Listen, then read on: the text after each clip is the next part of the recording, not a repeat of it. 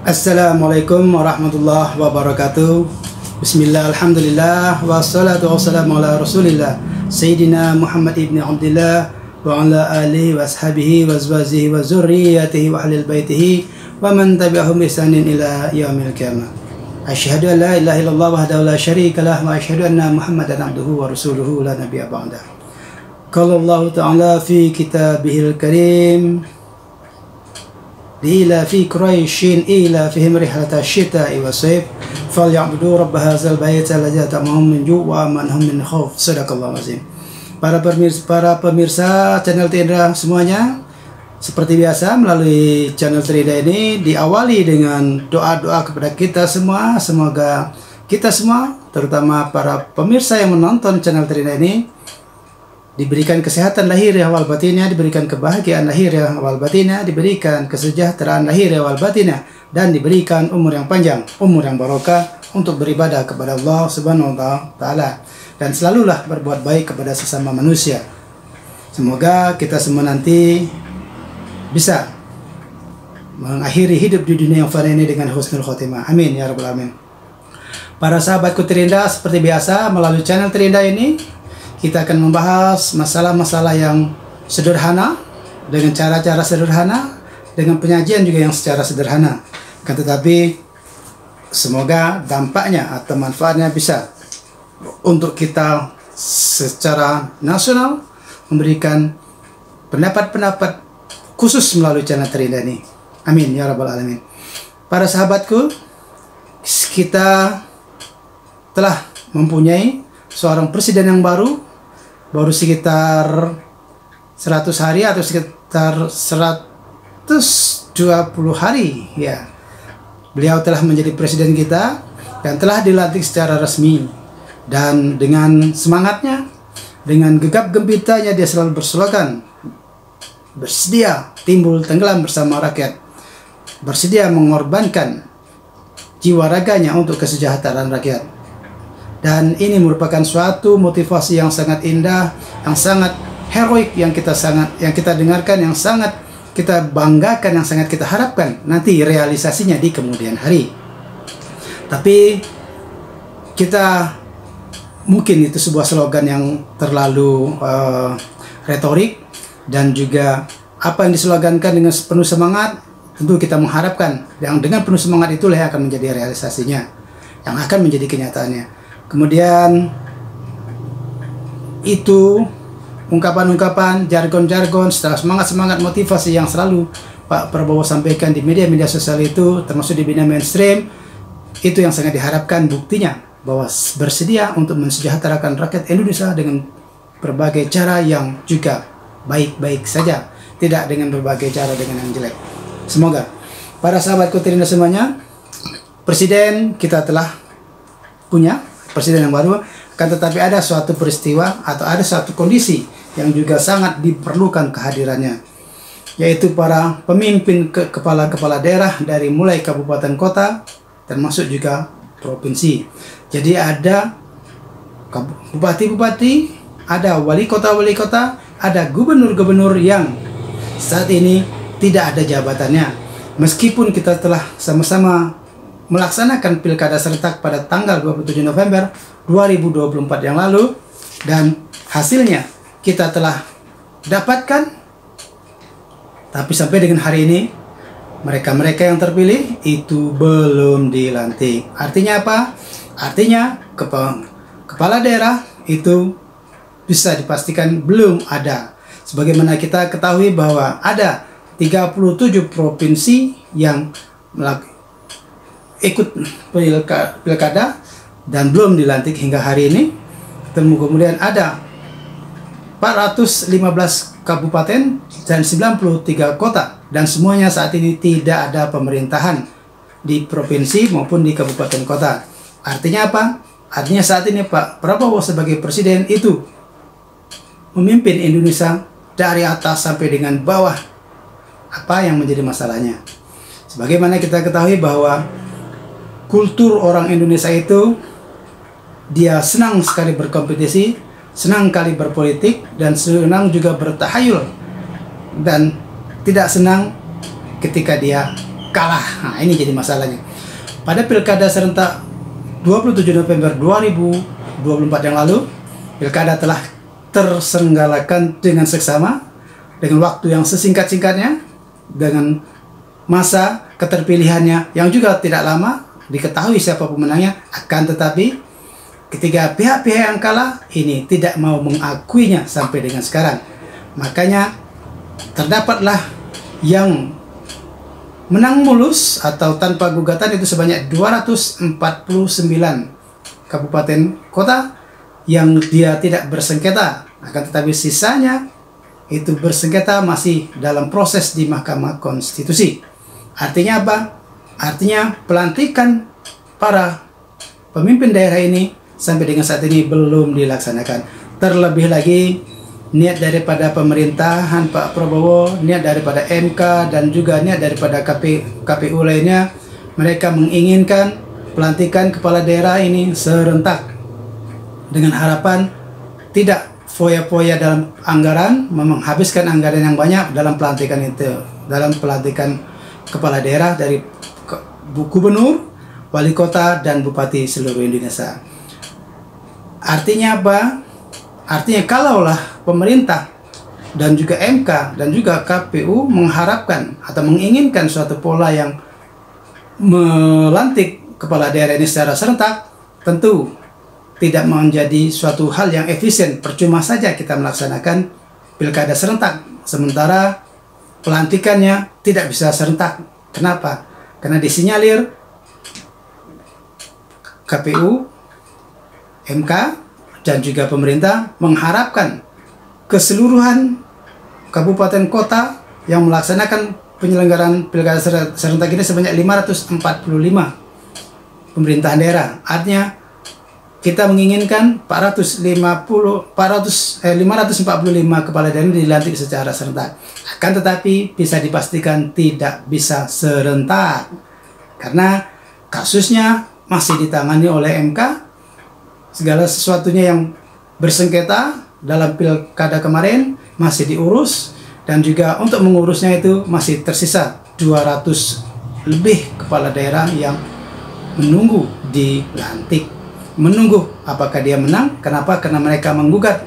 Itulah salah satu kelemahan orang Indonesia, berkompetisi semangat, bersaing-saingan semangat, menghambur-hamburkan uang untuk berkompetisi semangat. Tetapi ketika dia kalah, dia tidak bersemangat, bahkan dia tidak mau menerimanya secara legowo. Artinya mereka mengusut sehingga sedetil-detilnya, sehingga membawa kasus ini menggugat ke MK bahwa yang menang itu adalah salah, dia telah melakukan pelanggaran ini dan pelanggaran itu. Dan sebagai penyelenggara pemilu, tentu mereka merespon apa yang menjadi gugatan ini. Artinya adalah bahwa sampai dengan saat ini pemerintahan gubernur, wali kota, serta bupati di seluruh Indonesia masih dilakukan oleh para penjabat. Artinya mereka tidak mempunyai wewenang yang besar untuk memutuskan segala sesuatu pembangunan dan lain sebagainya dan lain sebagainya. Artinya melalui channel Terindah ini, channel Terindah Suyadina menyarankan apakah didengar, apakah tidak, apakah dipatuhi, apa tidak, itu tidak menjadi masalah. Yang penting bagi saya sebagai warga negara yang mempunyai hak untuk menyampaikan pendapat, akan menyampaikan pendapat ini. Tetapi sebelum saya menyampaikan pendapat itu, saya mohon kepada para pemirsa, para penonton channel Terindah Suyadina, silakan tinggalkan like, komen, serta share lah kepada kawan-kawan kita yang ada di seluruh Indonesia atau dimanapun di seluruh dunia yang Anda tergabung di dalamnya. Dan jangan lupa, bagi yang sudah subscribe di channel Terindah ini, tetaplah subscribe dan juga sebarkanlah video ini kepada kawan-kawan kita semua, karena itu akan memberikan suatu penyemangat bagi saya untuk terus menyampaikan hal-hal yang terindah, hal-hal yang terbaik, meskipun disampaikan dengan cara yang sederhana. Oke, baik. Bagi pemirsa tetap pantengin di channel ini. Terima kasih. Semoga Anda diberikan umur panjang, umur yang berkah, dan berikan rezeki yang barokah, yang melimpah. Amin ya rabbal alamin. Oke, melalui channel ini saya menyarankan kepada pemerintah, kepada MK dan juga kepada KPU dan juga kepada Bawaslu, kalau memang ingin dilantik secara serentak para kepala daerah ini, segeralah selesaikan permasalahannya yang 230-an lebih itu yang belum selesai, masih dalam sengketa pemilu atau sengketa pilkada. Tetapi apabila itu masih banyak memakan waktu atau tidak terrealisasikan dalam waktu dekat ini, sebaiknya yang 249 yang tidak bermasalah itu atau sudah selesai masalahnya, segeralah dilantik, sehingga pemerintahan di Indonesia ini tidak menjadi pincang karena hanya menunggu kelarnya kasus gugatan pilkada pada pilkada 27 November 2024 yang lalu. Kalau ini kita terus-teruskan, maka Indonesia tetap pincang, tidak bisa sampai dengan daerah hanya diasuh, hanya ditata oleh seorang presiden dan menteri-menterinya. Itu saran saya, lantiklah yang 249 yang tidak bermasalah dengan segera, dan semoga dalam bulan ini pun Pak Presiden melalui kaki tangannya, Mendagri, Menkumham dan lain sebagainya yang segera untuk melantik para calon kepala daerah yang telah resmi dinyatakan sebagai pemenang dalam pilkada tahun 2024 yang lalu. Oke, di sini saya juga mendapatkan sebuah berita bahwa kabarnya tanggal 20 Februari ini sejumlah kepala daerah yang tidak mengalami atau tidak mengalami gugatan dari para kawan-kawan kompetitornya yang kalah, semoga tanggal 20 Februari ini akan segera dilantik. Kemudian bagi para yang belum dilantik, silakan saja untuk segera menunggu. Artinya apa? Artinya grand design yang diinginkan oleh pemerintahan Pak Jokowi pada masa yang lalu, bahwa ingin menyerentakkan kepemimpinan di daerah, itu tidak bisa tercapai secara maksimal. Apabila pelantikan itu dijadikan awal daripada masa pemerintahnya, tentu mereka tidak bisa bersama lagi pemilunya di tahun-tahun berikutnya. Tapi apabila ada suatu hal yang memungkinkan tetap bersama, itu akan lebih bagus. Artinya watak atau tabiat bangsa Indonesia ini yang seperti itu. Bagaimanapun minimalkan, bagaimanapun dihematnya, dia tetaplah tidak minimal, dia tetaplah boros, tidak bisa hemat. Kenapa seperti itu? Watak bangsa Indonesia yang selalu untuk merasa hebat, merasa menang sendiri, dan ketika berkompetisi pun sudah dinyatakan kalah, dengan nyata-nyata jumlah peraihannya juga jauh lebih rendah, masih tidak mau mengalah dan bahkan mencari kesalahan-kesalahan untuk menggugatnya.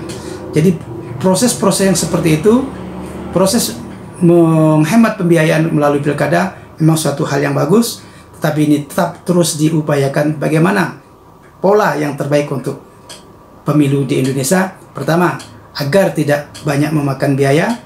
Kedua, agar tidak mencela-menceli, tidak terbelit kemana-kemana, tidak terlalu complicated. Sebagaimana sebuah berita di media sosial dan juga di media mainstream menyatakan bahwa pemilu di Indonesia inilah pemilu yang paling rumit di dunia.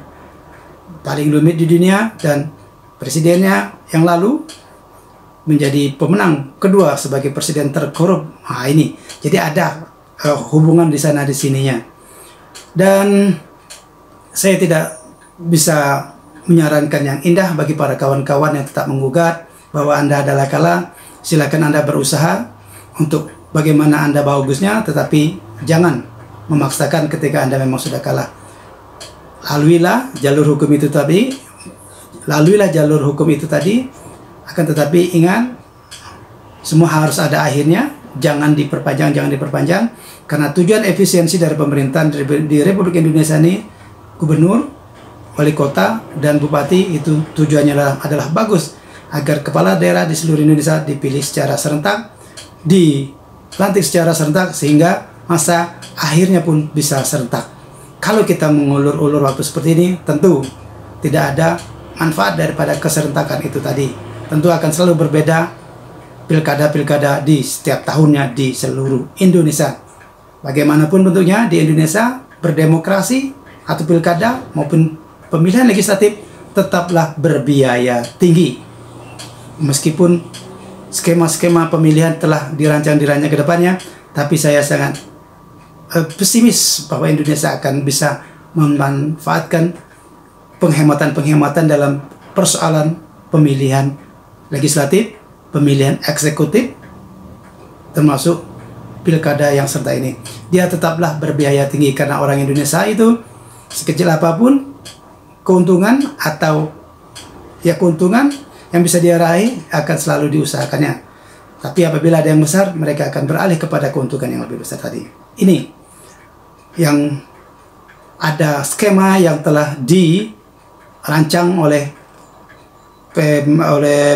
pemerintahan Pak Prabowo, kemudian dengan MK, kemudian dengan KPU, yang direncanakan ke depannya dengan harapan tidak berbiaya tinggi lagi demokrasi atau pemilihan di Indonesia, yaitu dengan cara e-voting, dengan melalui gadget-gadget yang ada di tangan kita masing-masing akan dilaksanakanlah sebuah pemilu. Apakah ini menurut Anda bisa tidak berbiaya tinggi? Apakah bisa mengurangi biaya daripada pemilihan kepala daerah atau pemilihan legislatif kemudian hari dengan cara e-voting? Saya tidak meyakininya. Karena Indonesia seperti tadi selalu mengharapkan sesuatu agar bisa mendapatkan sesuatu. Ketika dia memberi sesuatu, dia pasti mengharapkan sesuatu, walaupun dengan e-voting sekalipun. Adapun yang skema yang lainnya, dengan harapan supaya bisa berhemat, pemilihan kepala daerah diserahkan kepada DPRD kabupaten kota yang bersangkutan. Apakah ketika anggota DPRD ini yang memilih kepala daerah juga tidak ada korupsi di sana, juga tidak ada berbiaya tinggi di sana? Saya tidak meyakininya juga, karena orang-orang yang duduk di DPRD itu semua tingkatan juga membutuhkan biaya ketika dia ingin dipilih oleh rakyat. Jadi tetap saya pesimisnya ya sekitar 50% lah. Kalau sana itu dilaksanakan, yang memilih kepala daerah adalah DPRD kabupaten kota yang bersangkutan. Tetap akan ada money politik di sana. Itulah jiwa Indonesia yang susah untuk dihilangkan. Saya sangat tidak meyakininya ketika pemilihan kepala daerah dilakukan oleh DPRD kabupaten kota yang bersangkutan. Kemudian presidennya dipilih oleh DPR RI yang bersangkutan pada waktu itu. Saya sangat meyakini Indonesia itu hanya bisa berubah ketika memang ada seorang pemimpin yang benar-benar diktator. Jadi Indonesia dengan watak Indonesia yang saat ini, kita memang tidak bisa hanya dipimpin oleh orang-orang yang benar-benar demokratis. Tapi itulah, nauzubillah min zalik, semoga tidak terjadi lagi kepemimpinan kita oleh seorang diktator. Karena apa? Karena kepemimpinan diktator itu tidak melegakan warga negaranya. Warga negaranya selalu berdegup-degup hatinya ketika dia mau ngomong apa, ketika dia mau berbicara apa, ketika dia mau melakukan apa, karena takut langsung dihukum oleh sang diktator. Nauzubillah, summa nauzubillah. Kan tetapi kita tetaplah berdemokrasi, karena demokrasi itu sebenarnya adalah untuk orang-orang yang intelektualitasnya menengah ke atas. Jadi seperti yang dikatakan oleh Rocky Gerung dalam sebuah channel YouTube-nya, bahwa demokrasi itu adalah bagus untuk suatu negara yang memiliki lambung pencernaan demokrasi yang baik. Tapi ketika lambung demokrasi di negara tersebut tidak baik, dia akan tetap berdampak tidak baik kepada negaranya, kepada rakyatnya, dan kepada bangsanya. Indonesia saat ini telah berdemokratis, tetapi sepertinya lambung demokratisasi di Indonesia ini tidak baik-baik saja. Dia sering sekali mengalami sembelit. Demokrasi dikelola di lambung negeri Indonesia ini sangat mahal, sehingga demokrasi kita tetap berbiaya mahal. Semoga kecerdasan bangsa Indonesia untuk berdemokrasi selalu tinggi, seiring dengan kecerdasan yang saat ini sedang dibangun oleh kita sebagai bangsa Indonesia, dan juga oleh pemerintahan Pak Prabowo dengan memberikan makan siang gratis bergizi. Semoga video singkat ini bisa memberikan manfaat. Semoga dalam waktu dekat pemerintahan kabupaten kota termasuk gubernur segera dilantik, sehingga Pak Prabowo tidak pusing-pusing lagi untuk memikirkan sampai kepada daerah. Meskipun raja-raja kecil itu yang Pak Prabowo maksudkan tetap ada dengan polanya sendiri. Tapi sebagai presiden perlu bisa dibatasi agar raja kecil itu tetaplah menjadi raja kecil, sehingga bisa diatur oleh Pak Prabowo sebagai presiden di Republik Indonesia ini. Semoga bisa memberikan manfaat untuk kita semua. Billahi taufiq wal hidayah. Wassalamualaikum warahmatullahi wabarakatuh. Thank you for watching.